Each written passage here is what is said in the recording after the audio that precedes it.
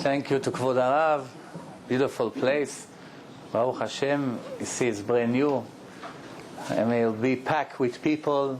Always, I heard there's a kollel here from 9:30 in the morning until 1 o'clock in the afternoon, and then from 4 o'clock until 7:30. It's like a full-time yeshiva. Baruch Hashem. Very good. That's the way to succeed. When the Torah is there, everything else follows. There's no Torah, it's very hard to maintain a place. Torah, it's the blessing of the place. Why? The Torah says, "Mesir ozno mishmoa Torah, gam tfilato toeva." A Jew show Hashem that he's not interested in Torah, only davening and leave. That's it. Hashem said to him, "Do me a favor, keep your davening for yourself. Torah, I'm very interested in your davening. No Torah, no, Seder. It's important, but not as much. Torah, it's always come first. Baruch Hashem, this place is going to be full of Torah all the time. Bezrat Hashem. Tonight, we're speaking about the Jewish home. And it's one of the main problems that the Jewish world is facing today. It's the increasing divorce rates. The increasing divorce rates in the last 20, 25 years, it's a very, very serious problem. The statistic shows today that couples that are getting married right now in Israel, in New York, in high-class places, within 4 years, more than 70% of the couples ending up getting divorced. In that case, who needs to get married, if that's the case? If it was up to me, if I had the time and the money, the first thing I would have done is to open a college to educate people how to become husbands and how to become wives. Full time, the whole entire year to learn how to enter the chuppah. The problem that we have today, that almost no Jew, no boy or girl are ready in the time that they start their marriage. Of course, the rabbis and the rebbitzin are doing as much as they can to prepare them to learn the laws of Nida and some preparation for the house. But it's not a one-man job. You have to prepare people for the psychology of the woman alone. You have to learn months. For raising children, for depression before giving birth and depression after giving birth. For that alone you need a course. There's so many things in the house that one day they get married, they just don't know what to do. Just don't know what to do. Many, many things there are to learn in order for us to become husband and wife. And the reason I say it, in previous generations, everybody saw his parents, and the parents behaved more or less in a perfect way. Like 50, 60, 100 years ago, parents were very religious. There was respect in the house. Everything was based on the Torah. So the kids saw how a kosher house should be maintained. That's it. They didn't need a college. Today, there was about 40, 50 years, about 1 or 2 generations in every edah, every nationality that went far away from the Torah. The parents, our parents and our grandparents, already went far away from the Torah. That's the reality today in the world. And the kids today are waking up to come back to Avinu Shebashamayim, to our Father in heaven. But they are facing a very serious problem. Because some of us, our parents don't even know what bracha to make on an apple. Not only that some of the parents don't really know Aleph Bet, ABC of Judaism, a lot of them, because of ignorance, they are anti-Torah, anti-religion. Instead of helping and supporting the kids for becoming righteous, they fight against it.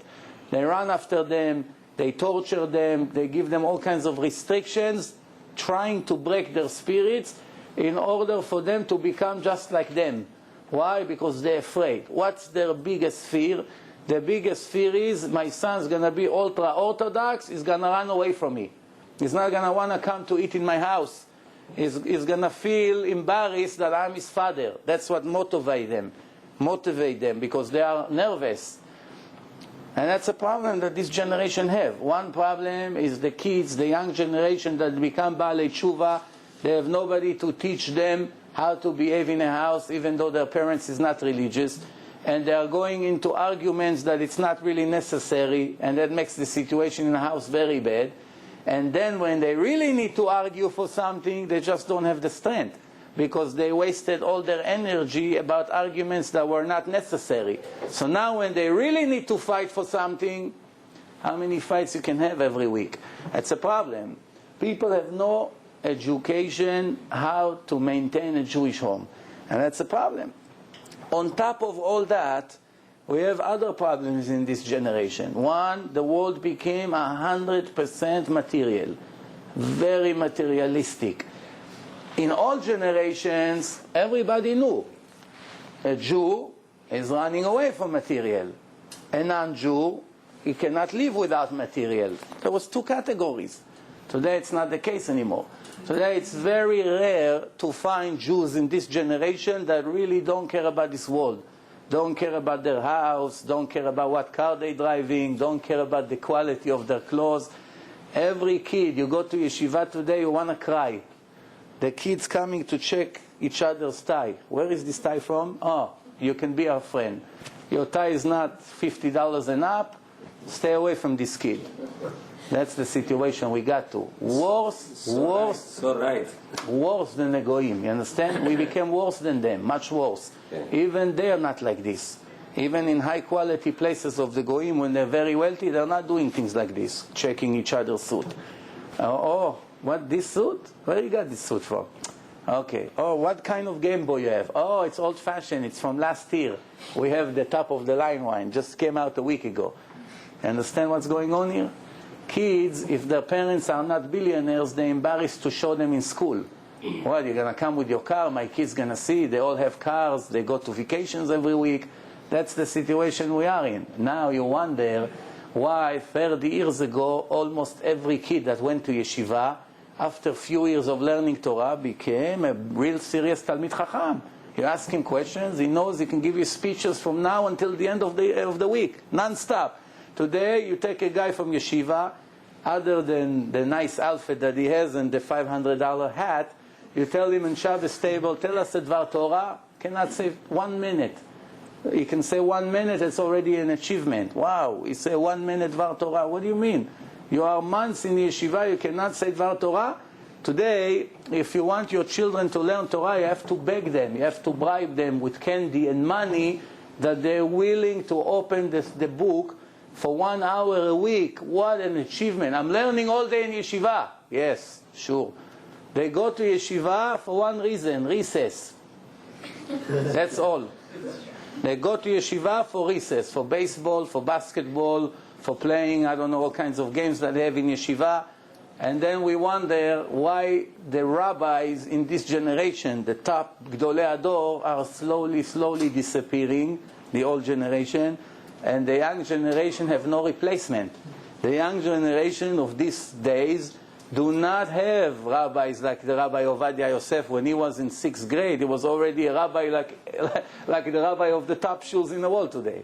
When he was a kid, you can ask him any question in the Torah, he knew exactly what to speak about. This page, that page, this page, everything. Today, they know all the baseball players from the beginning of the history of the league until today. They tell you each black or white or Irish or Italian, from what generation, how much his cards are worth. Oh, you can sell this card, $30, $40. You ask him about the rabbis to open Rashi, Gemara, Mishnah, nothing. That's another problem that we're facing right now. Very serious problem. On top of that, finally, when we have Baalei Tshuva, they come an hour a day, they do their best. Why? Life is very difficult. Because we put ourselves in such high standards, our life is so expensive, we got to work. You have to get a lot of money to pay for all your desires. You have this house, and you have your vacation house, and this car, and the van, and the other car, and that, and this membership, and that vacation, and trip to Israel every 2 months. So what happened? You got to work. You have to work, you don't see your wife. You don't see your wife, you don't see your children. You finally come home, you have to work. You don't have time to learn. One day your son comes and opens the Gemara. Abba, what Rashi says here? You don't even know how to read Rashi. You don't know how to read Rashi. You make excuses. Hey, I'm busy now. One kid was coming, dying to get attention from his father. Dying. Every time he comes, I'm busy. I'm on a phone. One phone, another phone, fax. email, non-stop. Not only all days like this in the office. He come home 8 o'clock, 8:30. Another 2 hours he sits on his office, and that's their life. So what happened? After half an hour that the kid was trying to show him his test, that he got 100 on the test, he went across the street to the neighbor and called him. The father picks up the phone. Hey, who are you? It's your son. Where are you calling me from? I went across the street to call you. Why you went to the neighbor to call me? I realized the only way to talk to you is on the phone.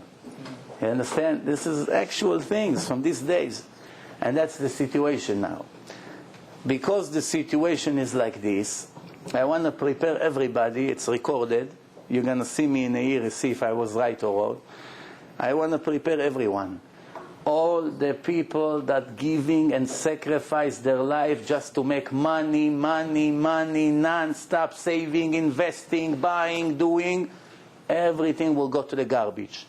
None of us will be able to keep a penny from it. HaKadosh Baruch Hu will educate us so good. The more you save, the more pain you're going to have. You think I'm crazy. I'll prove to you that I'm not. If you know what's going on in America, on the economy here, just today, the biggest investor in the world, perhaps, his name is George Soros. There are a few great investors, like Bill Gates, and you have Warren Buffett. One of the top in the world, George Soros. Everybody knows he's a top, legendary investor. He said today on the news what I've been saying already for years.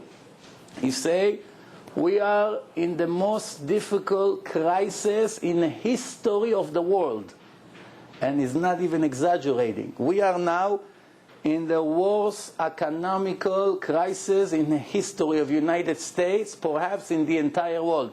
Never in a history there was such a danger that an empire like United States any second can go completely bankrupt. For those who knows a little bit economy, just Friday afternoon, United States was 5 minutes before a complete crash that people will kill each other on the street in a month. 5 minutes. If the government would not go on the news and say that they taking control, everything here will collapse here. Probably wouldn't have a lecture here. The two major banks that support all the mortgages in America were moments before go to zero. Zero. Their stocks went in the last few weeks from 70, 60, 50, 40, 20 to $3. Another 10 minutes, it will go to zero. If it will go to zero, that's it. They go on the news, we are bankrupt. We cannot support the banks. Citibank will go bankrupt. Wachovia will go bankrupt. Now what happens if all the banks go bankrupt? If you didn't realize. Tomorrow you come to your bank, you saved $1 million after 30 years of hard work. You want to get money from the bank, there's no money. The government take over the bank. They only insured each person up to $100,000. Right away, any dollar that you have more than that, you lost.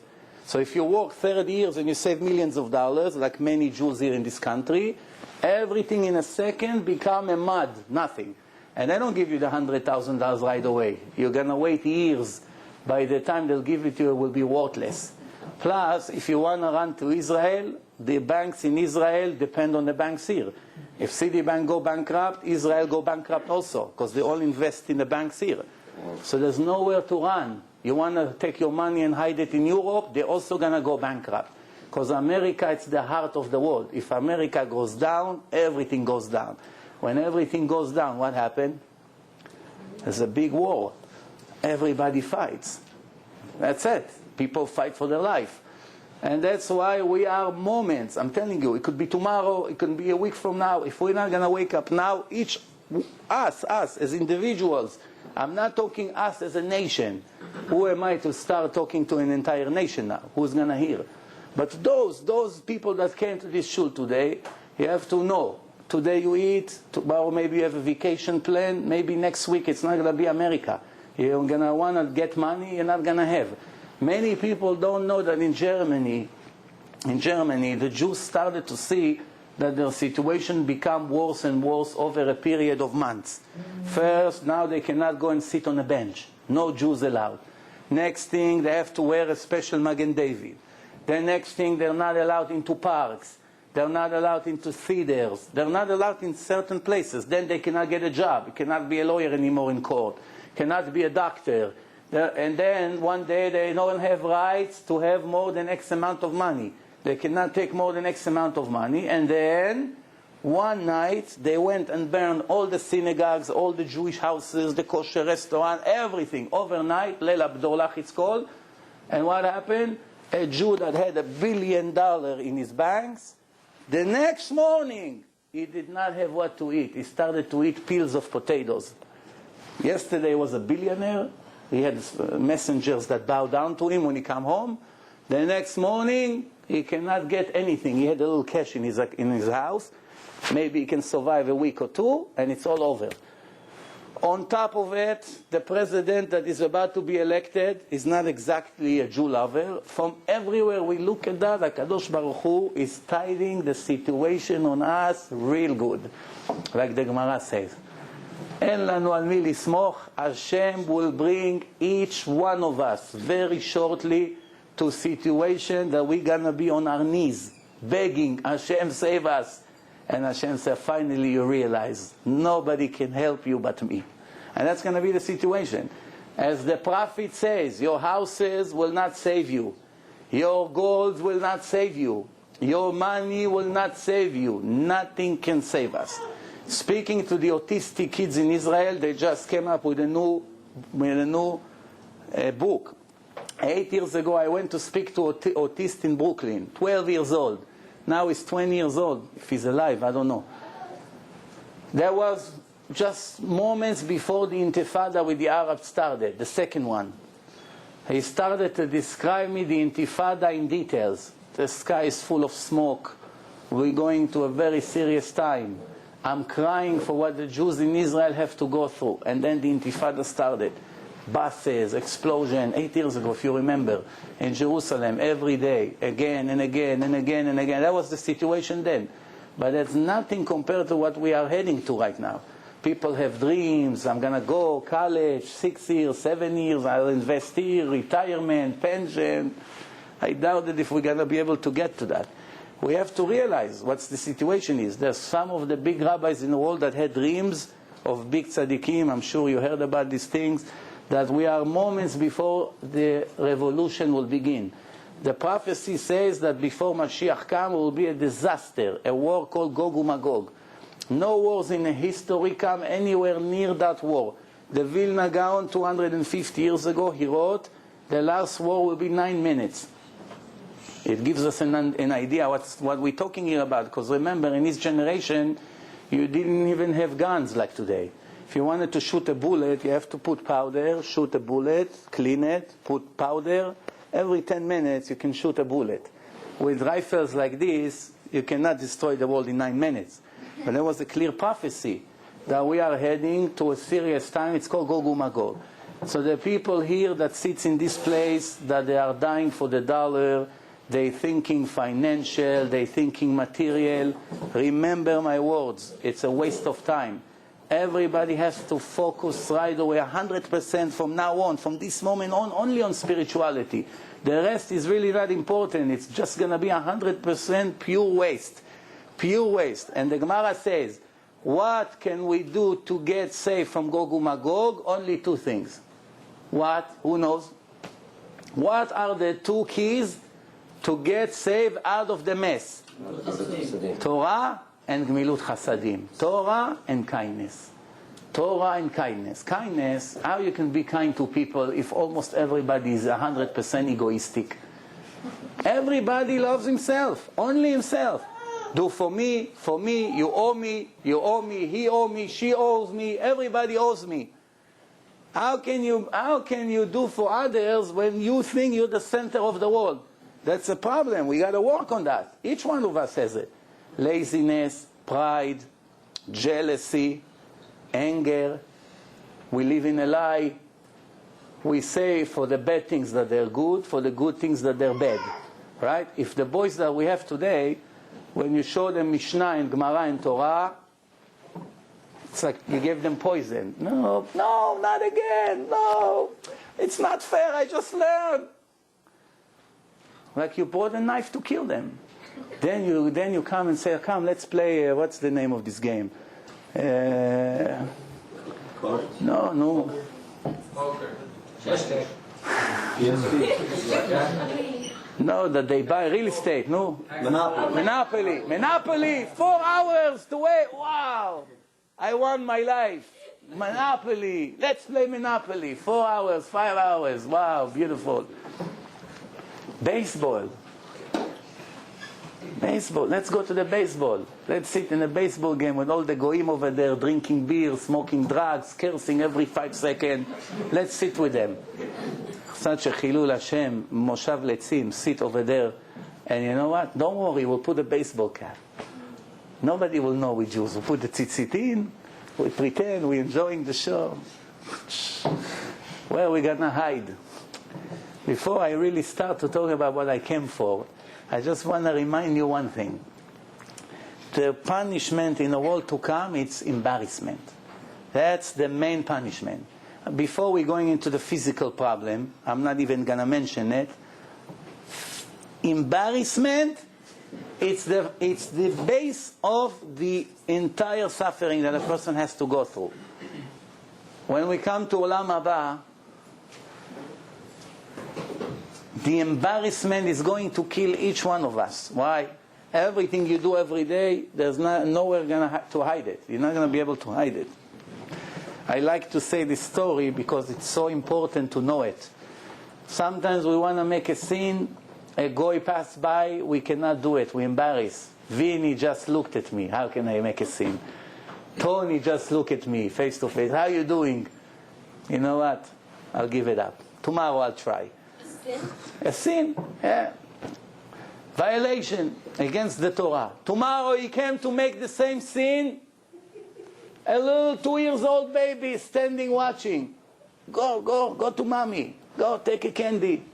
The kid doesn't want to move the baby. You look at him, you say, how can I do it in front of him? Such a pure 2 eyes. All right, I'll come back tomorrow. Then the next day he comes back, see a dog, little black ugly dog, looks at him with 2 eyes like this. Go.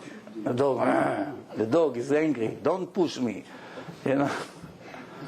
Then in the end, he's embarrassed from the dog.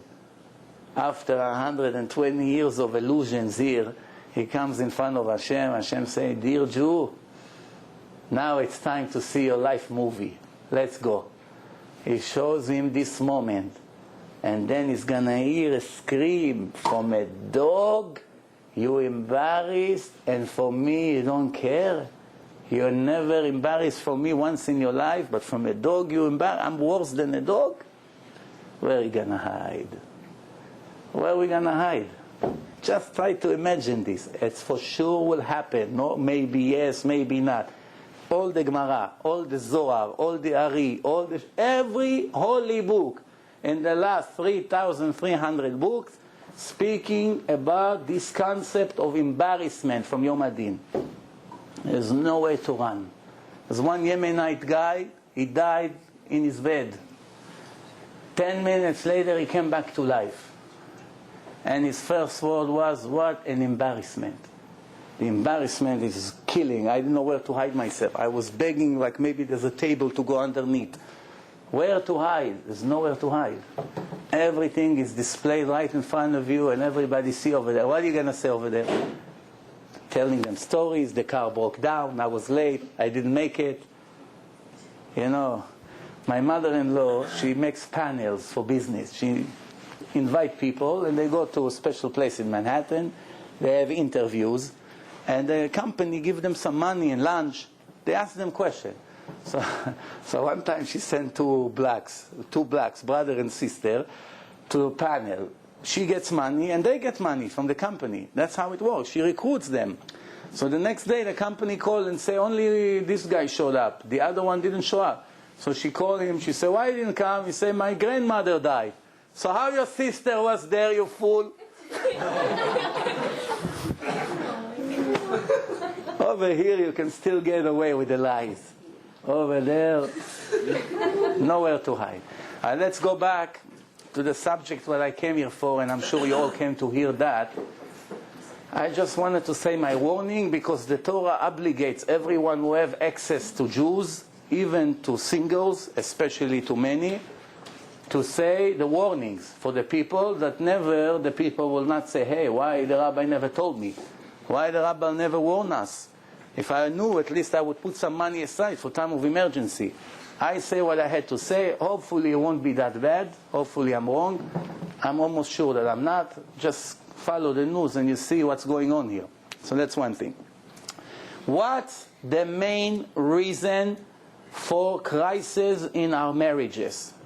Why this new generation that getting married today, almost everybody ended up getting divorced? And what do you think? The 30% that don't get divorced, they're happily married? You're dreaming.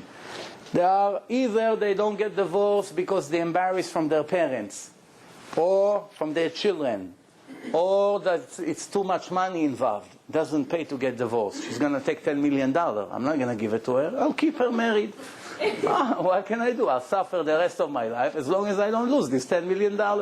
So each one of them have his own life. That's the situation here today. On the papers, they're happily married. Happily married. In reality, what's going on?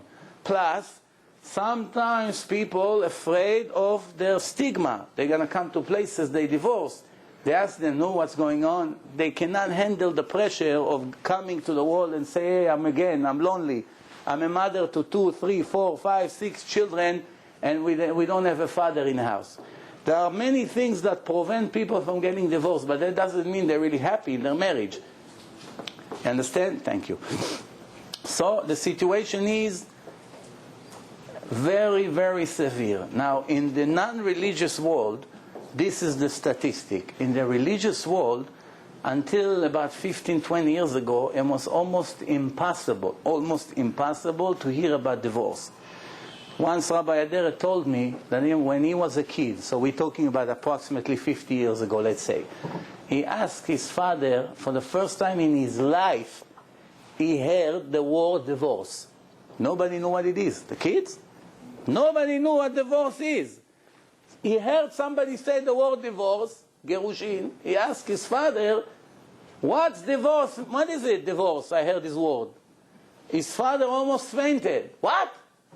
Pah! Slapped him. Who told you this word?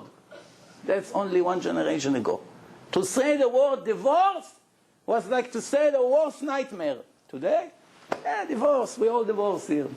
This kid is lucky. He's the only one in a class that his parents are still together. Come next year, we'll see. That's today's situation. When I was a kid, we're talking, let's see what happened to us in one generation. Now you understand why our marriages look so shaky. When I was a kid in 8th grade, there was one kid, and I'm not talking to you yeshiva in Borough Park or in Bnei Brak, just a school in Israel. One kid in 8th grade started to smoke cigarette.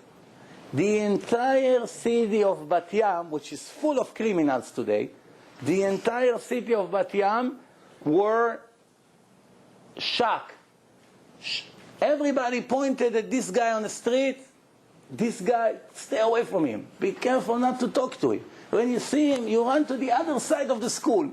The teachers, as soon as they saw him, everybody disappeared. Why? 8th grade smoking a cigarette. Today you have metal detector in every school. They check you like you go in the airport. Soon take your shoes. I only came to have a test. Come on, take your shoes, take your belt, take this, take that, just to come to the school. Why? You're a danger. You may kill me. I don't want to teach you. Every one of you is a bomb. It's a danger. You explode in my face. And that's getting worse by the minute. Where are we going to send our children to learn? Soon they're going to make clothing and belt without metal. I cannot go to school. This is the situation today. One kid smokes cigarette, criminal all over the city. Look, be careful from him. Only one generation ago. Look at today. Today what's going on. Today you want to send your kids to play with someone. I'm not talking public school. Public school is a disaster. what's going on over there. Not even talking about this. This everybody understands. Even the public school admit we fail completely in our education. They're not even denying it anymore. We surrender. Look what they read, what they write in the newspapers, what they say on the news. I'm talking yeshiva now. Today you are in the best yeshiva. You want to send your son to go play with somebody 5 blocks away. You have to hire a private detective before you send your son over there. What do you know what they have? What do you know? The father maybe keeps his internet on the desk. The kids have a way. They go, they do bad things in the house. Who knows what they have in the house? How do you know how kosher it is? How do you know the language they use in a place? How do you know what the kid's going to tell your son? You invested 20 years of your life like crazy to keep your children from the environment. 1 or 2 visits to this kid with payos and beard. The kid has very long beard. And your son is finished. Go and try to save him now from what he saw. That doesn't make sense. You go to schools today, children, 10 years old, take hundreds of dollars out of their pocket, like it's toilet paper. Kids go with $800 in his pocket to school. Why? His father has $5 billion, so he gives his son every day $1,000 to go spend in a canteen. Not thinking 300 kids will go out of the right way because they see these things. How can your son go to school when he wants to buy a sandwich and you cannot afford it, but this guy spending hundreds of dollars on nonsense every day? They just don't know what to do with the money. One day your son comes home. What do you have the money from? This guy gave me. God, take 100, take 50. This is what's happening today. Now this boy, think about it. In 10 years from now, he's going to have to get married. What is the chances that this boy will be able to be a good husband and to maintain a good kosher home? What did he do once in his life? Did he achieve anything in his life? Did he ever have a challenge? Everything he had in his life, his parents did for him. What did he do? Tomorrow he has a serious problem with his wife. A week after the marriage, he doesn't know what to do. Nobody ever trained him. That's the situation. So what do we do? No. What's the solution? The solution is we got to start with ourselves. Before we talk about the children, we first have to work on ourselves. If you want your marriage to be healthy and successful, the only way to do it is to learn every day as much as you can musar. Against the pride, until you get rid of your pride. Against anger. Anger, number 1 reason for all the problems in the house. Every little thing, it's a fight. Why the table is like this? Why the toys is not in the closet? Why you don't wash the floor before I come home? Why the food is cold? How many times I told you? Why they're still not in bed? Why? As soon as he comes home, the wife already going to alert. Maybe it's the last night of her life. People have temper. Everything is temper, argument.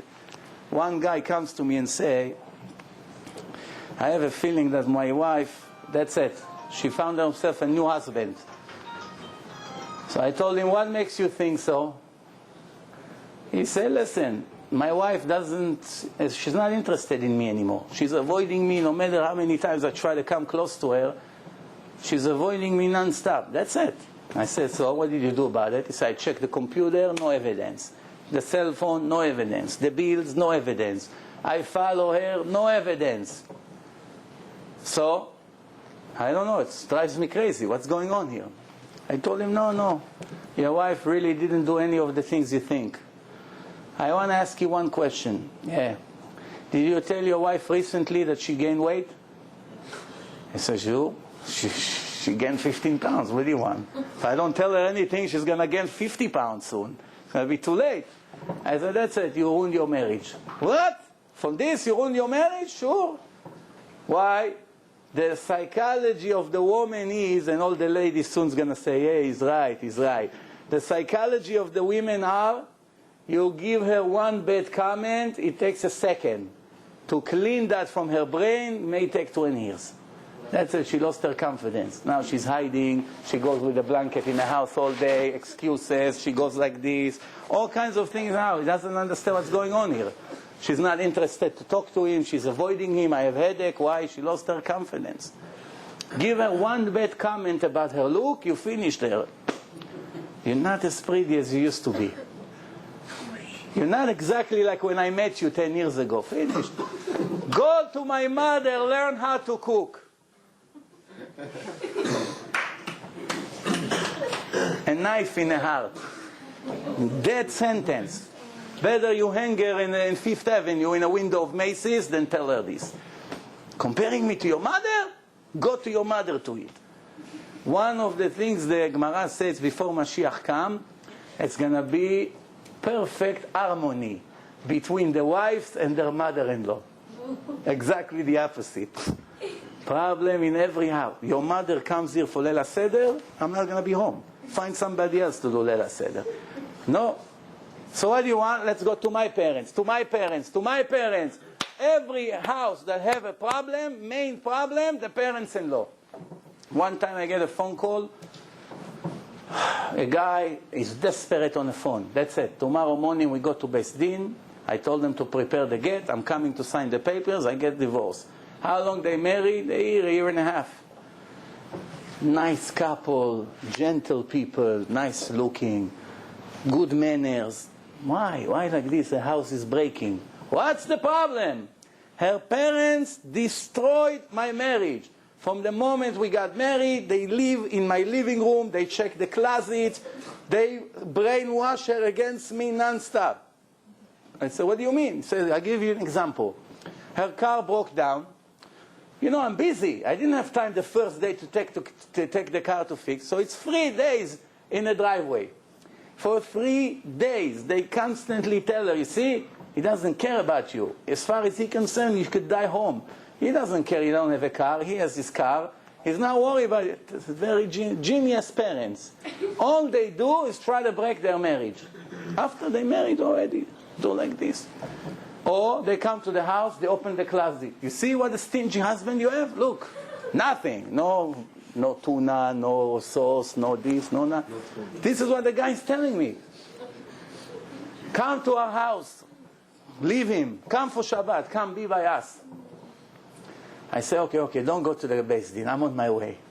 I came there, we sat for 2 hours. Everything changed from that moment on. They, Baruch Hashem, for few years happily married. Only few adjustments, the problem is over.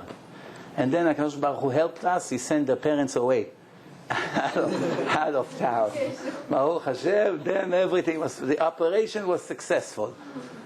But for such stupid things, right away, divorce right away. What do you mean? First argument after 1 year, divorce.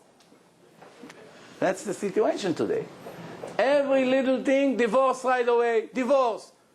Today, we have another problem. When couple comes to Torah lecture, one wants to become religious, Shomer Shabbos, the other doesn't. Sometimes it's the wife that wants, sometimes it's the husband that wants. So what happened after 2-3 months? They cannot stand each other because he's finally religious, this guy. He has a little beard, he puts tefillin, he goes to shul, he comes a little bit late. She doesn't want, I didn't marry you for this. That's on top of all the problems. This is another situation here. And sometimes the husband don't know exactly how to handle the situation. They don't have patience, or the other way around, and they push the other side to leave the house. With some intelligence and being clever, almost every marriage can be successful. Almost every marriage. Sometimes the marriage was a mistake to begin with. It's mamash not shayach. Right away, every fool see right away, this marriage has no chance to succeed. But still you have to try. Only after 2 years of hard efforts to save the marriage, if you see it doesn't work, no. As one of the 613 mitzvot in the Torah is to get divorced. A person gives a get to his wife, he just made a mitzvah from the Torah. V'natan la get, kritut. What can you do? Not always is a perfect shidduch. There's all kinds of reasons for that. Maybe 10 years they marry, they don't have children. A man has a mitzvah in this life to have children. It didn't work out, try somewhere else. Not that they have to, but after 10 years, if it didn't work out and he wants to have children, no, so once he wants to divorce her. Some people, they don't care. I'll die without children, that's it. I love my wife, no problem. I'm just giving an example. There are reasons in life that sometimes husbands and wives have to get divorced. That's it. You cannot prevent it. But even to get divorced, you need to know how to do it. Why? Because later on you have to see each other every week. You have children, you have to raise them, you have to stand in the chuppah. There's so many things to do later on together. You don't want to get divorced and have an enemy on the other side. Why? Because the outcome is going to be you want to visit your children, she doesn't let. Her father-in-law took control on your children. You have to beg him to see your children. You don't know what's going on today in husbands and wives that broke apart. What? War after the divorce. Why? Because they didn't know how to get divorced. Even to get divorced, you have to be very clever. If you give the other side reasons to hate you, you're going to pay the price sooner or later. There's no win situation. No win situation. What's the main problems for our problems in a house? Let's count. First, temper, anger. Cannot control our anger. Frustration from work, from the street, from the business, from, I don't know. You take it all, you bring it to the house and you take it all out on your family, on your kids, on your wife. That's problem number one. Problem number two is pride. Almost every person has this problem. Sometimes you see people that are very humble. Most people have a lot of pride. When two proud people live together in one house, it's an atomic war. Why? They always argue who's going to say the last word. She wants to say something, he says something, she says something, he says something. What's the solution for that? What's the solution? When two proud people live in the same house, they have a mental disease, each one of them. Pride is a mental disease. You're laughing, but it's a serious mental disease. The life of a person gets ruined completely every minute of their life because of his bad personality. Most people, they are mentally sick. They're either jealous, they're looking for pride, honor, that everybody respect them. Everybody who disrespected them a little bit, they go to a wedding. They put him in a corner to sit with his back to the band. That's it. 20 years he doesn't speak to his brother now. 20 years of Lashon Hara. Everybody in the whole world know that his brother, it's not him, it's his wife. Because of her, she put us to sit over here. For 20 years the kids don't talk together. Why? A mentally ill person, they put him in a wrong chair. Wow, look what happened now. You know the story, Rav Shvadron was one of the greatest darshanim, the greatest speakers in Yerushalayim, in Israel, in the previous generation. So one time he said a story. He said that one guy had a coin. You hear that story? An ancient gold coin that worth fortune. No coin like this you can't get anywhere. This coin was enough, if he sells it, to support himself all his life, him and his wife, the children, get them married, and he still have change. That's how expensive this coin was. So perhaps in today's world, probably $1 million, $2 million, $5 million, a coin that worth a lot of money. One time the husband and wife decided to go on vacation. What's the price when you leave the children and go on vacation? They come back after a week. What did they find? That the coin disappeared from the closet. They asked the kids, what did you do with the coin? How did you get to the coin? We went to buy candies. Where? In a grocery. Candy with a coin? And he took it? Yeah. He runs to the grocery store, to the guy. My son came here 4 days ago. He bought candies from you with this gold coin. So what are you talking about? Your son gave me 10 shekel, and the price was 10.5 shekel. I gave him a discount, half a shekel. You liar! Don't tell me stories. I know my son is not going to lie. He gave you a coin. What do you mean coin? Why are you blaming me? It's not me. No, you liar. You're a thief. I'm going to say everywhere that you're a thief. Give me back the coin. It's important for me. What coin? They argue. Everybody comes. Now people see. This guy is a thief. This guy is a tzaddik. He's not going to blame him for the coin for no reason. He probably stole the coin from him. Everybody in Yerushalayim speaking about this grocery man that is a thief. A month after, nobody comes to his store. So he goes bankrupt. He has 15 children hungry for bread. Why? Everybody knows this guy is a thief. He has to leave town and move to a place that nobody knows him. Because over here he's finished. No shidduchim for the children. Nobody wants to deal with him. He got to move on with his life. This guy. Then, 15 years later, that's a true story, what I'm saying. 15 years later, somebody come to this guy, the father of the kids, the owner of the coin, knock on his door. 15 years later, I came to make a mitzvah of Hashavat Aveidah, return a lost object to its owner, as the Torah orders us. Here is your coin. Who are you? How did you get this coin? 15 years ago, I was walking in the street. I saw 5 kids walking in the street on the way to the grocery. I asked them, what do you do here with such a coin in your hand? They said, we're going to buy candies. With this coin, antique coin, you're going to buy candies? Why don't you give me the coin, I'll give you the money. How much you need for the candy? They said 10 shekel. I gave them 10 shekel and I took the coin from them. What did I do with this coin? I mortgaged it to an antique dealer, to a bank. They gave me a lot of money. I opened up a business. I married, Baruch Hashem, all my children, everybody. Finally, I don't have any more expenses. I don't need this coin anymore. I paid back the bank. He gave me back the coin yesterday. I come to give you back the coin. I look for you all over. The guy is holding his head. What did you do to me? Wow. What happened from this story now? The owner of the grocery store goes directly to heaven. It's the best thing could have happened to him. Why? He got 15 years of suffering and is innocent. You know what the reward you get for that? There's no end to his reward. There's a list in the Gemara of people that are innocent and they get isurim. So he goes express to heaven. The owner of the coin, it's not really his fault. What? His son told him he gave the coin to the grocery store. So he went to ask for it. So he's innocent. The person that took the coin made tshuva. He returns the coin. The Torah says the thief have to return it. So now he made tshuva. So he's also innocent. And who lost their olam haba? All the people of Jerusalem that non-stop talked. Non-stop. 15 years they talk. You understand? That's us. You heard about this, you heard about this, you heard about this, you heard about this. Your brother, his wife, the neighbor, go fight with the neighbor, he's disrespecting our son. Tell him what's going on here in the neighborhood. Non-stop. So it has to be, the problem starts right there in the house. You have to educate yourself. That's why I said we need a college. First we have to learn how to become human beings. How to have mercy. How to be polite. How to calm down.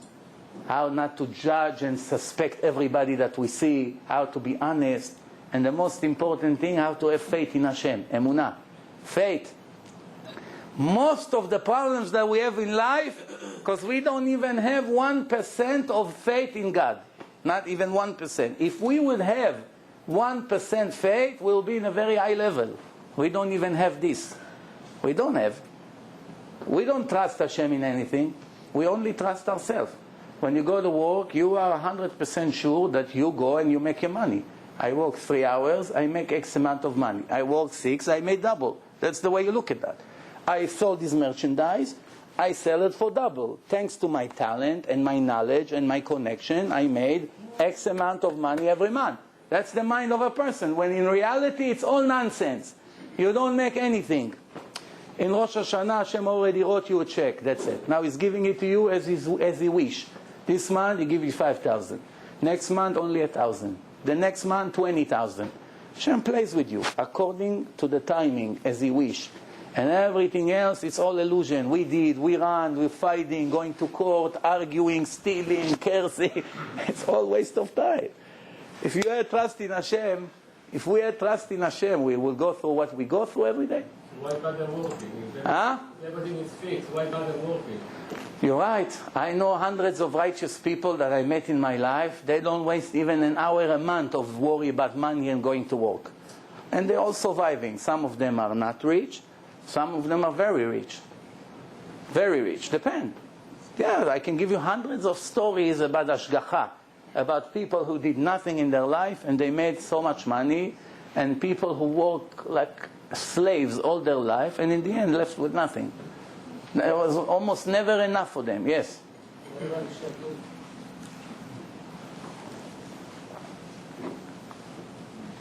Ishtadlut, he asked, what about our efforts? The Torah orders us to try, to do something.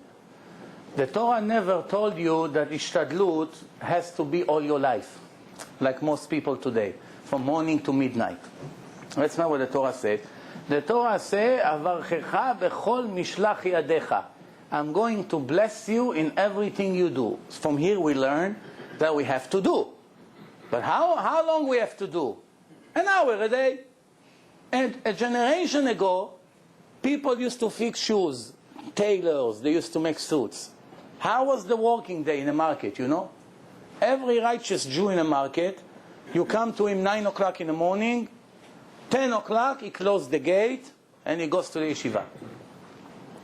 He comes to Rabbi Nesirov, Baruch Hashem, he knows here until 1, there's learning, Baruch Hashem, today I made my business, 10 o'clock I made my day, I have 3 hours to learn. The Rambam 800 years ago, writes in his book, Bale Batim, owner of a business, a farmer, a butcher, a shepherd, what's Bale Bait? Someone who goes to work every day, was learning minimum 9 hours a day. That's the obligation. Find me one Bale Bait today that learn 9 hours a day. We live in inflation now. Huh? We live in inflation now. That's one of the signs before Mashiach. So, first rule in a house, you want your marriage to be successful, you have to correct your personality. It's impossible to have rotten personality, terrible traits, and to expect that your marriage will be successful. It's impossible. If you're egoistic, how are you going to have 20 wonderful years with your wife? You only care about yourself. So one thing, you have to share, you have to help, you have to comfort, you have to participate, you have to understand the other side, you have to close your eyes when don't make comments every second. Keep your comments only when it's really urgent. These things people don't learn. Don't make bad comments about your wife's look ever in your life. Don't ever make comments about her food. The food always delicious, always. Never once. Sometimes we forget, so we say, today it's not as good as always. The idea is to give compliments non-stop. The more compliments you give the other side, the more your marriage will be successful. Now you may say, but come on, the Torah says, midvar sheker tirchak. The Torah says, don't be a liar. What do you mind? All day I'm going to stand next to my wife and lie. Your food is great, your this is great, the house is clean. All day I'm going to lie. It's mitzvah from the Torah. The more you lie, the better it is. When it comes to this, mitzvah from the Torah. It's so important that Hashem himself changed his words when it came, you know the story with Abraham and Sarah. Sarah said that Abraham is old. My husband is already one leg in Olam Haba. You're telling me he's going to give me a boy? Come on. Sarah, she started to laugh. So Hashem came to Abraham. If it would be us, we would run to Abraham. Abraham, look at this wife you took. The angel comes and say, you're going to have next year a boy. And she say, you're an old man, you can hardly move. Look at this. Hashem didn't say this. Hashem went to Abraham and said, why Sarah say that she's old? She didn't say she's old. She said he's old. Oh, from here we learn this is a very important proof from the Torah that between husband and wife, you don't say the truth. What did my wife tell you about me?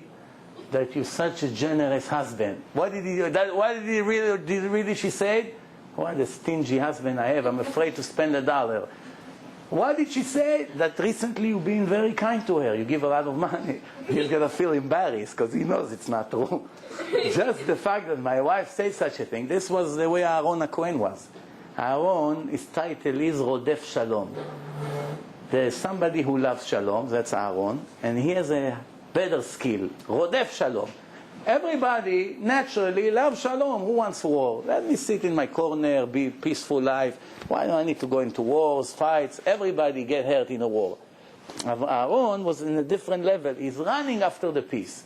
What does it mean running after the peace? Two people are fighting. I'm ending it today. Comes to the first one. Reuven told me he's so depressed since you don't talk to him. You were his best friend. He loved you. He cannot believe what you went into an argument for. He goes, he tells the same thing to the other guy. Now they feel terrible. Wow, we hate each other for no reason. The guy really loved me. Why? I was just about to kill him tomorrow. And he loves me. The next day he invites them to his house. He makes a party. So you come to the house. They just told you that the owner of the house, you are his best friend. And he loves you. So you come, you shake his hand. How are you? Sorry, I missed you. Sorry for what happened. A week later you find out that Aaron lied to you, tricked you. It's too late. You already became friends. What, you're going to go back and fight again? That's it. The peace is done. You understand? That's how you have to be in a house. In a house, you cannot be right. You have to be smart. If you're going to be right, you're going to always be right, but you'll be divorced. So it's better to be wrong, but to be married. So, you're right. Everything you tell your wife, you're right. You're right, no problem, 100%. Yes, I say that. No. Now, what does she have to say to her husband? You have to know, one of the problems today is in this generation that husbands get the feeling that my wife only needs me for one thing, for my wallet. Just give me money, did you order me a credit card? Did you buy me this? I want to change my wig. This suit is old-fashioned already. What do you mean? We just bought it on Tuesday. Yeah, from Tuesday until now, it's old-fashioned. There's a new wedding coming. Is this the life? Is this what life is all about? There's one woman, my wife was telling me, as on my way out today, I got to check this tomorrow. There's a woman, an Ashkenazi Litvak woman with a nice wig, living in Monsey, in the center of Monsey. She died, clinical death, and came back to life. She died and returned to life. And she had a trial. She's now making noise all over Monsey. Just yesterday, she gave like a speech about what happened to her. And she said, if there's one thing, HaKadosh Baruch Hu is upset at us, the religious people, and those who are not religious is needless to say. The religious people is the modesty, no modesty. The ladies have no modesty whatsoever, nothing. No lady in a Jewish world today, especially from the Baalot Tshuva, never learned the laws of modesty seriously even once in their life. I know hundreds of girls, Baruch Hashem, that came to the lectures in the last few years, and a lot of them became Shomer Shabbos, and then a month later you see they come with a skirt, but they really never made it to the red line. They never made it. They went from 0 to 40, from 0 to 50. They never even crossed the minimum level of tzniut. For years. 10 years later, you see her, a mother on the street, you cannot look at her. She thinks she's a Rebbitzin. In reality, she never dressed one day in her life modestly. And I'm not only talking about these wigs that go all the way down with blonde and all kinds of curls and lines and a flower here, that every Vinnie and Tony on the street makes accidents because of her. I'm not talking about this. This is a disaster. I'm talking the clothing, the tight clothing, the V, the flowers, the riding on the clothing, all kinds of things that it's not modest. It's against the halakha. A girl thinks, but I'm wearing a skirt. But your skirt, this particular skirt, is worse than a pants. It's worse than a pants. What do you mean? Everybody say I have to wear a skirt. Yeah, but nobody said that you have to wear a skirt, that if you want to get up, you cannot walk. Yeah? How many hours you invested in front of the mirror to make sure that this skirt will be tighter than a pants? No? So what, you cheat Hashem? You can cheat yourself, you cannot cheat Hashem. One time I had a girl, I told her, I want to ask you a question. Why you put so much makeup on your face? What, it's Purim today? What do you mean? I want to feel good, she said. I said, who do you want to feel good? For the guys on the street? You're a married woman. Why you do everything you can before you leave the house when you go to the supermarket? That Jose and what's the other guy's name? Huh? Jose, Carlos, Amigo, Santana, whatever their names is. They all walk in the supermarket. They stand like soldiers. She comes to the register. Which Jose she's going to go to? Tony, Vinny, Johnny, they all... Oh, the Rebbitzin arrived. Before she leaves the house to go to buy milk and bread, 15 minutes, she puts a show. She comes to the supermarket, she buys the thing, all the amigos look at her. Baruch Hashem, she made a fashion show to Tony and Vinny. Wow, what an achievement. Then she comes home, she takes everything back, clean it to her husband, like this. The Torah says it should be the other way around. You have to do a fashion show to your husband as soon as you walk home. Oh, wow, beautiful. What is this? We're going to a wedding tonight? I forgot. No, it's for you. It never happens. She comes home, she wears a potato sack. This, that, like this. The husband, why? When will I see once in my life the young, beautiful lady that I met 10 years ago? Never happened. But in a wedding, Baruch Hashem, everybody is top of the line. What for? For the people to enjoy her. So this girl told me, I'm not doing it for anybody, believe me. I only do it for myself. I want to feel good with myself. So I asked her, I want to ask you just one question, but be honest. Be honest. Let's describe a scenario that you are on a plane, and the plane crashed in the island, and you're the only survivor. Everybody died, and you survive. And you have your makeup with you, of course. And now you come out, you walk around in an island, you see the tiger, the lions, the chimpanzees, the monkeys, the elephant. No people on the island. No people on the island. You search very carefully, nobody is there in the island. And then, after you saw that there's no people, the next day you wake up, you're about to go to the hair dryer, and to all the makeup, and to your sprays, and everything you have over there, and then you're thinking to yourself, what am I going to waste half an hour now? For what? There's nobody here to see. Would you put your makeup like you every day put? Spray, doing your hair, it didn't work out, wash it again, try again, oof, it doesn't work, where is the next belt? Would you do it for the monkeys over there in the island? Be honest. So she thought for a second, she said, no, of course not. So you see, you're lying. You're just lying. You just lied. You just say you do it to feel good with yourself. You want to feel good with yourself? Even if you be in a closed jail somewhere, nobody sees you, you'll put it every day. Why?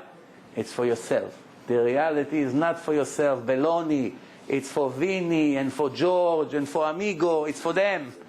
And that's against the Torah. Every second that she leaves her house, it's a sin against the Torah. And they're not aware of it. Any woman here can be brave and tell me that she knows all the laws of modesty from A to Z, everything, what's allowed, what's not allowed. At least she learned it 5-6 times to know, because this is the most important thing for a woman in this life. Because all the sins of a person, it's individual sins. Lack of modesty, it's a distraction to the entire world, to everybody who look at her. So that means if a woman makes sin 70 years, 70 years between her and God. One time she ate something not kosher. One day she didn't daven. One day she got angry at someone. Count all her sins. One time by mistake she did not keep Shabbat 100%. She made a mistake in a cooking. All kinds of things. Add what she does in 70 years, it's not 1 hour walking here on Main Street or on Union Turnpike, not modest. It's not 1 hour. If you put it on a scale, the hour she just walked from here to the store, and everybody looked at her in the store, out of the store, getting into her car, or in the wedding and all these things, or in the lobby over there. 1 hour that 500 men looked at her, and everybody thought whatever he thought, and what came out of it, it's worse than 70 years of sins. If the lady would know it, they pull their hair out. They don't know it. Why they don't know it? Ignorance. They never learn. The most important thing for a lady in the Torah is what? Modesty. The woman that died, only about her, about modesty they talk to her. And she is a religious woman from Muncie. Supposed to be the highest league in America, Muncie, no? One of the important religious neighborhood. They criticize her completely. Not only about her, about all the way the religious girls are dressed. None of them dressed according to the halakha. None. And that's what she said. My wife was telling me on the way out. She was lucky to return. What happened if she wouldn't return? She would be finished. All her religion wouldn't help her a bit. Why? It's called Machtia Rabim. Makes publics commit sins because of me. Influence men to make sins. Every second of my life it's a sin for the public. Now one day I want to make repentance for it. Where will I find all these guys to apologize to them? Because I hurt each one of their souls. Where would I find them? I don't even know who looked.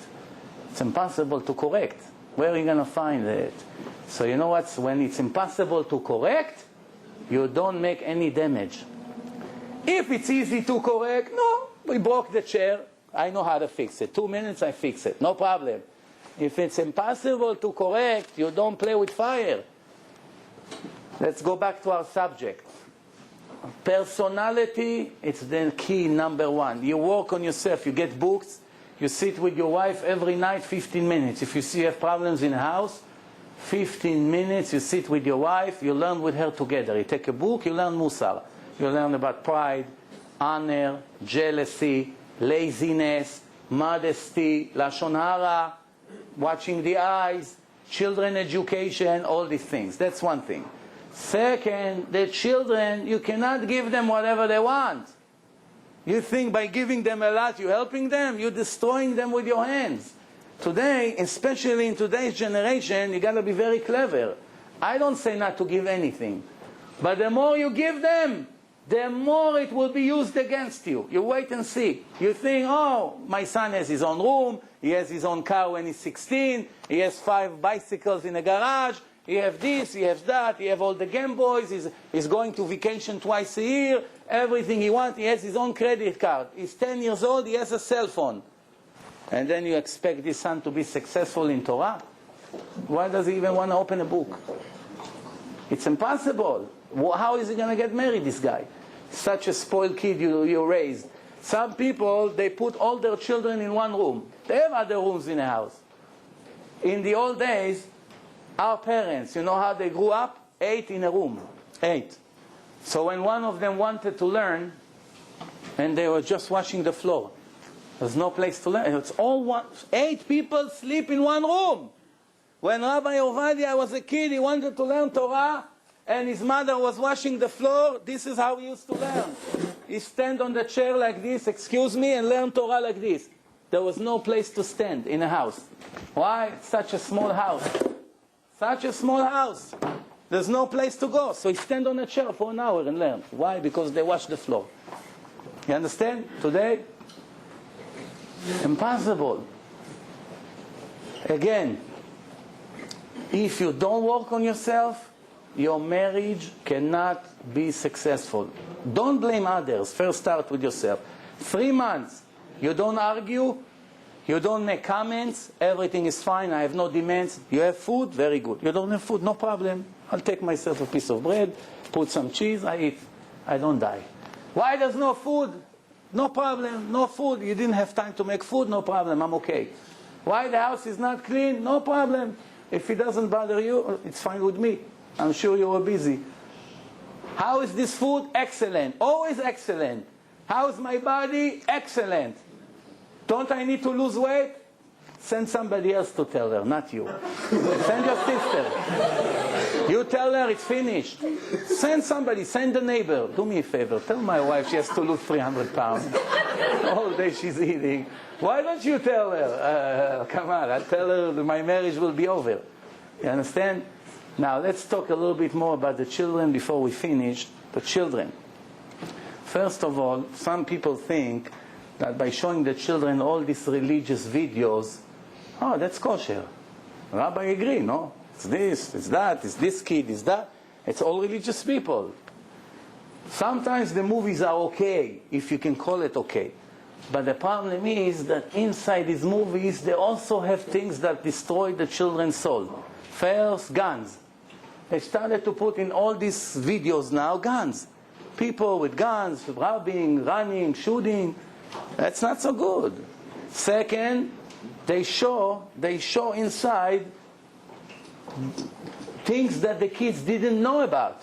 Some of the kids, they're now 10, 11, 12 years old, they never heard about robbing a bank with a gun.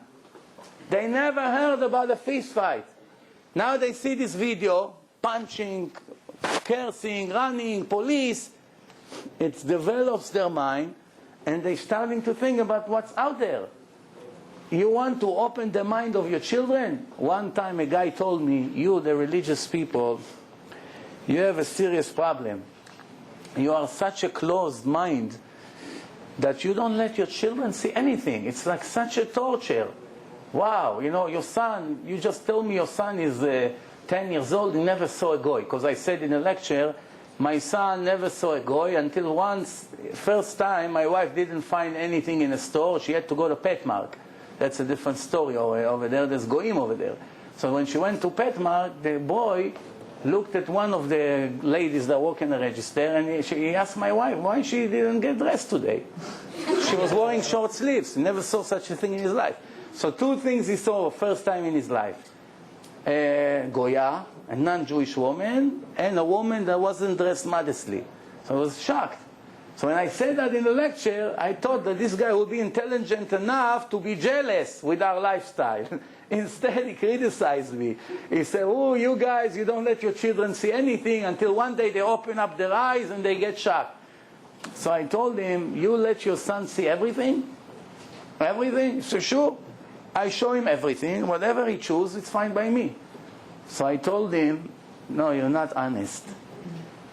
Did you ever take your son to this club over there in the village at 2 o'clock at night to show him what they do over there, all these psychos over there? Without giving too much details. He said, crazy? He's 6 years old. So you see, you're such a hypocrite. You just told me about this kid that I don't let him see ABC. Why don't you take your son over there? Let him see what they do over there. Maybe you want to be one of these guys over there soon when he grow up. Why don't you show him that? No, that's crazy. Wow, that doesn't make sense. Who wants to show such a thing to his son? See, you fool. For you, it's the end of the world. For me, that's the end of the world. Why? Because Hashem told me that's the end of the world. If your son will see how they get dressed, it will be like them. It's the end of the world. It doesn't have to be like these people in a club. It starts way before that. You understand? Whatever you show them today, 10 years later, you pay the price. When you go to a restaurant, they see how you make Birkat Hamazon in less than a minute. Right away, you look around, looking at your cell phone 10 times in the middle. Then all of a sudden you find yourself in the middle of Purim. You're in Birkat Hamazon. What am I doing? Mordechai, Esther? It's not even Hanukkah now. Your son looks at you once, twice. What are you expecting? Then you scream in the house. Did you make Birkat Hamazon? Go make Birkat Hamazon. He's not interested. Because you're worse than him. Then you tell him, why are you lying all the time? Why are you a liar? Why are you lying? Because you're also a liar. But he's embarrassed to tell you. Just an hour ago, somebody called for you. You say, I'm not home. Tell him that I'm not home. Now you tell me not to be a liar? Why you tell me not to think about money and about nonsense if every car you see, you speak about it? Wow, what a Mercedes. See this car? 300. I heard there's only 10 like this in the world. If you show your children that that's what you care about, they'll be even worse than you. What? Then you come and try to give them a speech. Why you only talk about nonsense all the time? I learned it from you. That's the problem. So it starts from you, from you. One time an Iraqi guy came to me, especially from Great Neck, all the way to Muncie. That means it was important to him. Came to me, come to my house, knock on the door, shalom. Somebody gave me your address, I came over. Yes, I have to talk to you. No problem, come in. He takes out a key with a beautiful electronic key, a Mercedes. He showed me from the window, you see this Mercedes? It's yours, take it. I say, okay, what? What's the... I'm thinking, what does he want me to do? To take a suitcase full of drugs to Israel? Something? Nobody give you a Mercedes. Just. Then I got surprised. What does he want me to do? To convince his son not to get married to the Goya. He has a son, in 2-3 weeks he wants to marry to a non-Jew. You cancel the wedding, keep the car. I get you the title, it's yours. I begin to talk to him now. I say, what about you? I say, no, I didn't come to hear from you Musar, for me. Leave me out of it. This is the deal. You get this boy out of here. So when he tells me, leaves me out of it, my Yetzer Hara tells me I got to start with him. So I begin to tell him, why don't you keep Shabbat? No, what do you worry about me? I'm talking to you about my son. So I told him, you don't get it, huh? You came to your son, I can tell you what happened. You told your son to leave her. So your son told you, she's a great girl, why should I leave her? Why? I love her. So you told your son, yeah, but it's not allowed. So your son told you, who said it's not allowed? So you say, the Torah. So your son told you, but you also don't listen to the Torah, so why you tell me to listen to the Torah? You see, I told him, if you were keeping Shabbat, your son wouldn't meet Christine. One guy, he came to the rabbi, and said, Rabbi, before I die, make sure you bury me with a long warm coat and $5 in the pocket. So the rabbi never heard such an unusual request. So the rabbi said, I'm very curious, why you want a long coat and a $5 in the pocket? He said, I know my children. When it's going to be the resurrection of the dead, one day I'm going to come out of my grave, could be it's going to be December, it's going to be cold winter. So I want to have a long coat, because my sons will not deliver me a coat, and I want to have $5 to buy a hot cup of coffee. So I want to protect myself. So the rabbi told him, don't worry about the resurrection of the dead. You for sure will not resurrect. So he told him, why? Why you say such a thing? So the rabbi told him, if you have such children, you for sure don't wake up in the resurrection of the dead. After you left such a disaster in the world, you want to get up. If your children will not worry about running, getting you a warm coat and a cup of coffee, that means you failed big time in your life. It's your fault. It's not their fault, it's your fault. If your children are like this. Whatever you show them, that's what they became. Whatever you remember, whatever you show, that's what they see. If you come home, you show them all you care is about money. Money, money, money. About this and about that. No Torah. When two people come to you. When the rabbi comes to you, no, the rabbi comes to me. After the rabbi leaves, they laugh at him. You saw what car he has? $2,000 car. This rabbi. Look at. Then one Guido came. It's like this, $10,000 suit, $200,000 car. Oh, how are you, Moshe? Come, no problem. So how's business? No, don't. There's anything? Tell me. Maybe there's where to invest. Almost you kissed his legs, this Moshe. Why? He has money. So you almost died for him. But for the rabbi, one guy told me, Rabbi, I want to bring you to speak in one place. But I hope you're not getting offended. I want to go take you to a place, I want to buy you a $1,500 suit. I thought maybe I should clean my ears good on Friday. So I told him, you want to buy? I didn't understand. I was sure that I'm not hearing right. So I said, what do you mean, to me? You want to buy to me a suit? Why? I have a suit, it's okay. It's not $1,500 suit. $200 is also fine. So he said, no, I know how these people are thinking. So if the first thing when you come to the place, before you open your mouth, they're going to check you from top to the bottom. And they're going to check what car you came with. So I'm going to rent you a very expensive car to come to this place. After that, you go back to your $200 suit. So then I realized, I said, wow, I'm dreaming. I know that people are addicted to this, but that's so bad that this guy, he meant well. He wanted to affect these people, but he knows that they are so rotten and they are so much in the lie of this world that they only appreciate a person for what he wears, not what comes out of his mouth. You understand? So you want to be successful, you got to show them you're top of the line professional. Good thing you didn't want to buy me a Rolex just for the night. But you understand the idea how low we came. In the old days, the rabbis used to fix shoes. Go to the market, he fix shoes. A guy comes to the rabbi, 12 years old kid. Rabbi, fix the shoe for me. He fits, takes nails. When I was a kid, I saw holy people working in the market, selling vegetables, selling shoes. Why? They didn't want to take tzedakah from anyone. They wanted to pay their own bills. Imagine if we had a rabbi that fixed shoes in the market today. It will be all over the news. Instead of running after him and kissing his hand, you a holy man. Finally, we have someone like you, like in the old days. Today, we don't want to talk to him. Look at him. We fix shoes. You understand the point here? Who was the greatest Sephardic rabbi until 10 years ago? In the whole world.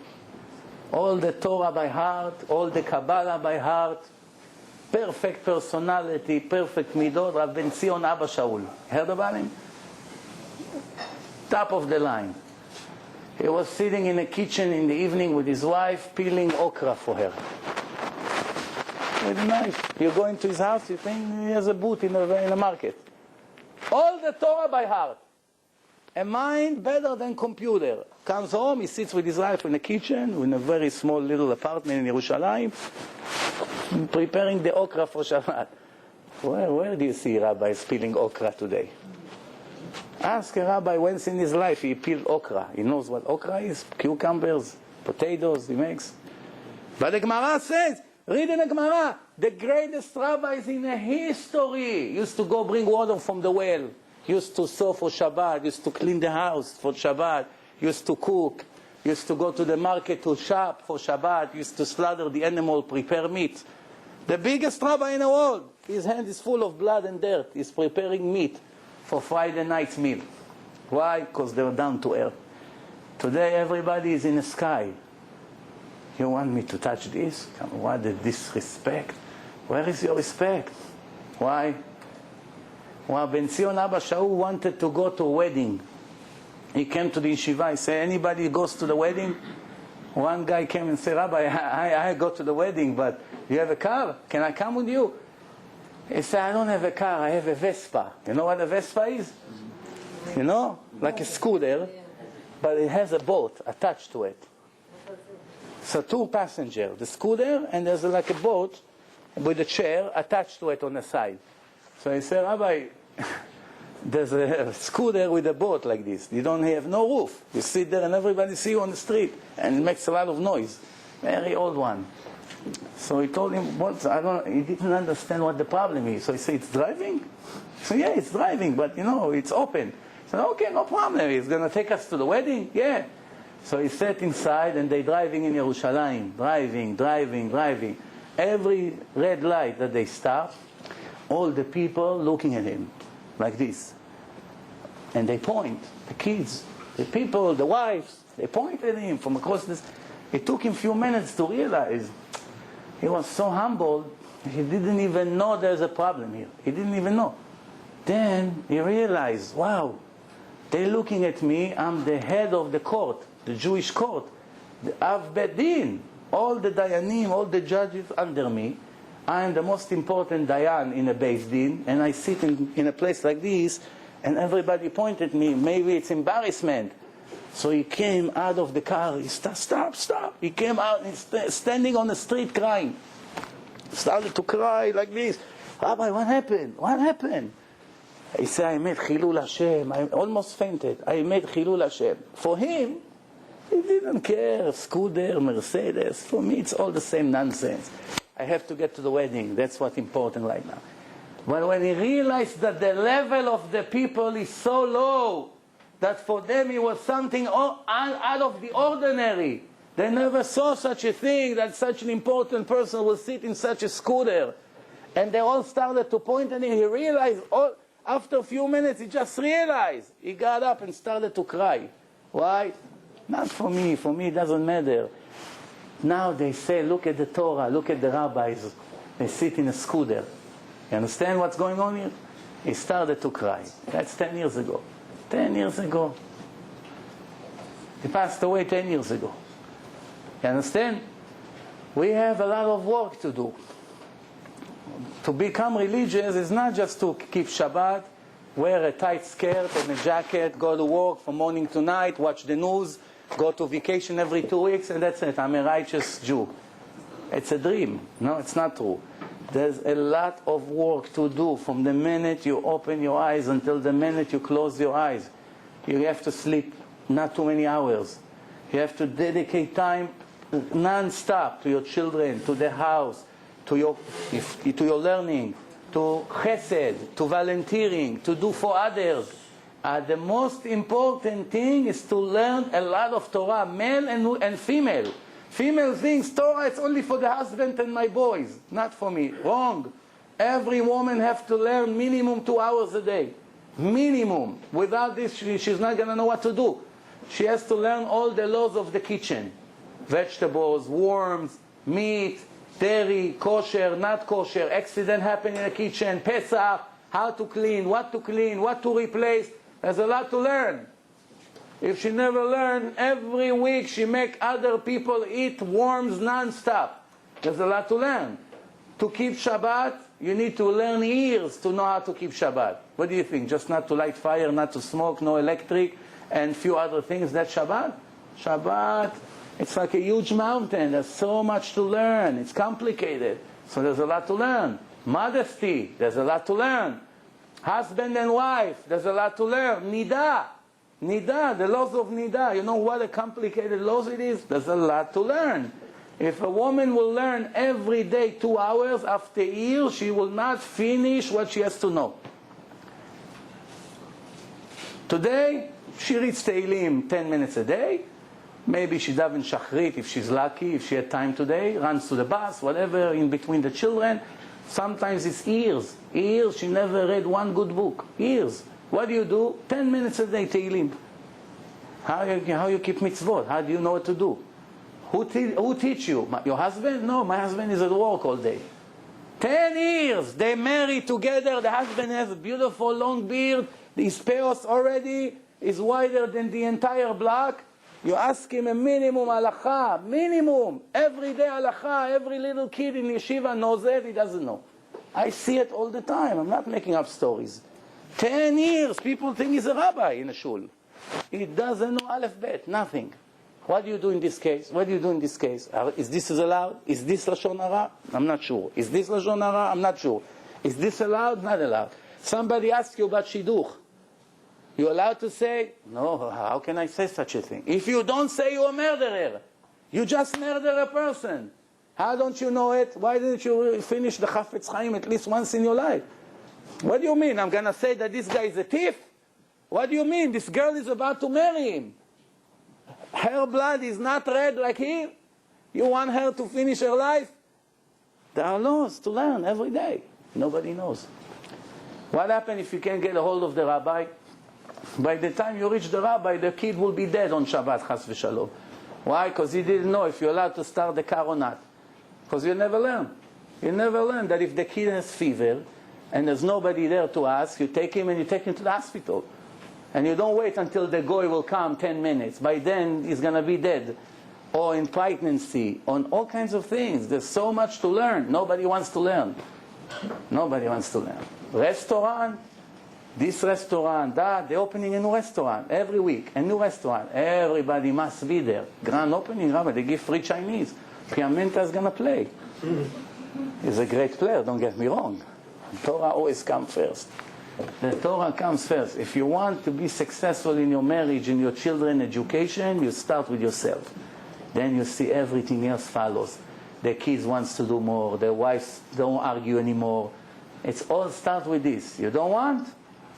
That's what the Torah says. Birtzot Hashem darkei ish, gam oivav yashlim imo. When Hashem is satisfied from a Jew, his enemies run to make peace with him. Chazal say, who is his enemies? His wife and his children. When he goes against God, oh, you the enemy of God, your wife and your children become your enemy.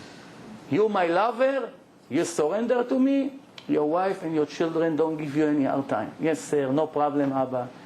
No problem. You understand? You make peace with Hashem, everything else follows. Thank you very much. Good night. רוצים להודות לכבוד הרב, באמת היה מאוד מאוד מעניין, we hope, we ask the rabbi please come every, maybe if not once a month, but once a month is good. זה אפשר כבודו, שמתן לנו בעבוד נהנינו מהשיעור. בשמחה רבה. Thank you very much.